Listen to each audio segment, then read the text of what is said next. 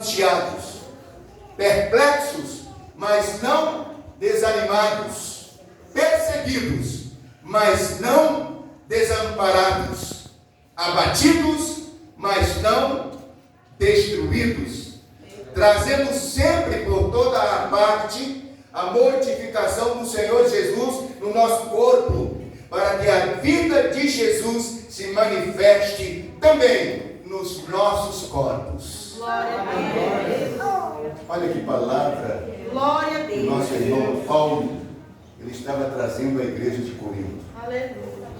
Uma palavra de incentivo.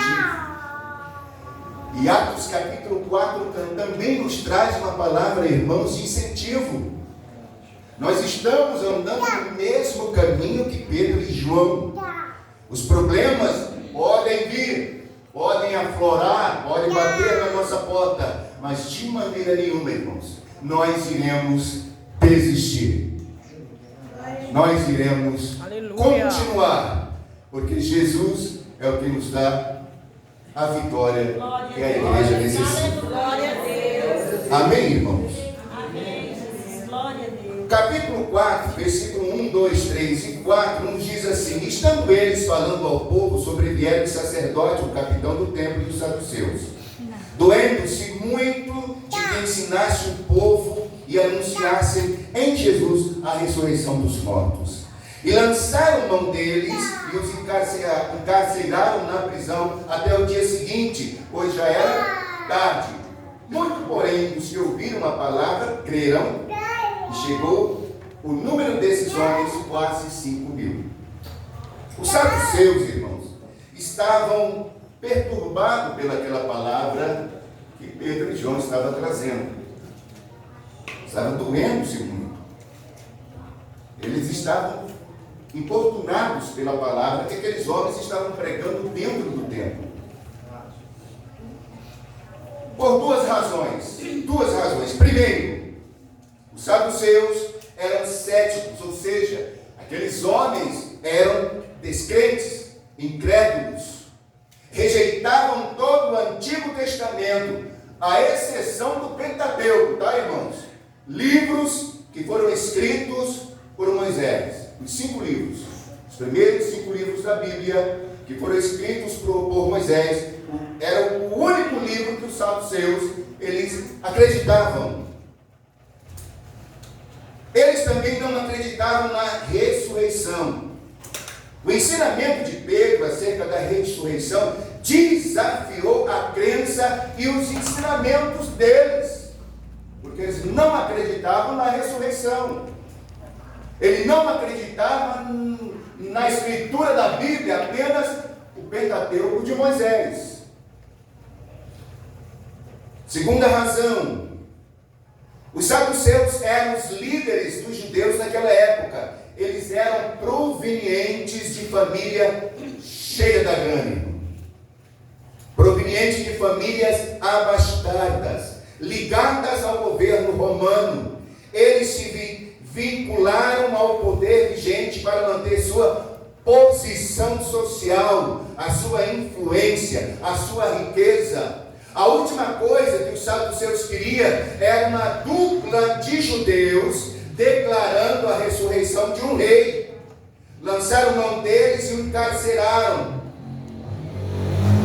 A tentativa de silenciar a verdade de Deus, prendendo as testemunhas de Jesus, não foi capaz de reprimir a ação divina. Embora os servos de Deus estejam encarcerados, mas a palavra de Deus, ela não é lançada na prisão. Por isso, Paulo, ele traz uma orientação a Timóteo, 2 Timóteo capítulo 2, versículo 9.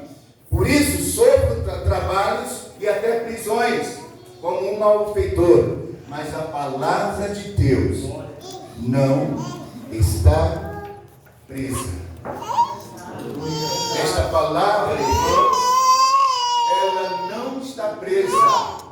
E nós que ainda não estamos presos, venhamos fazer como Pedro e João, pregar a palavra a tempo e a fora de tempo. Tempo. Aleluia. Aleluia. O resultado do aprisionamento de Pedro e João pelos saduceus, irmãos, sabe o que foi? A conversão de quase 5.000 pessoas. Eles estavam presos, mas a palavra de Deus lá fora estava fazendo aquilo que lhe era conveniente, salvando vidas. Aleluia. Glória a Deus. Salvando vidas. Glória a Deus. Versículos 5 e 6, irmãos, nos diz: e aconteceu no dia seguinte, reunirem-se em Jerusalém seus principais e anciões, e os escribas, e Anás, sumo sacerdote, Caifás, e João, e Alexandre, e todos quantos haviam da linhagem do sumo sacerdote. Reuniram-se em Jerusalém os seus principais. Irmão, o Sinédrio era formado por 70 membros. 71 como sumo sacerdote, do sexo masculino, e mais, era a mais alta corte dos judeus. O grupo consistia dos mais ricos, mais bem educados e mais poderosos homens de Israel. Anás, o sumo sacerdote, ocupara o cargo de sumo sacerdote até 14 depois de Cristo, quando foi destituído pelos romanos. No tempo de Jesus, os sumos sacerdotes eram designados pelos governadores romanos. Aparentemente, Anás tinha se tornado uma ameaça política para Roma.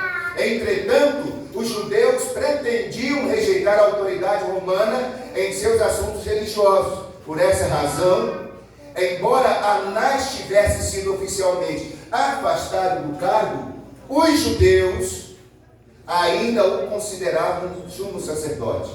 Caifás, genro de Anás, foi o sumo sacerdote oficial no período 18 depois de Cristo a 36 depois de Cristo. João provavelmente foi o filho de Anás que sucedeu Caifás em 37 depois de Cristo.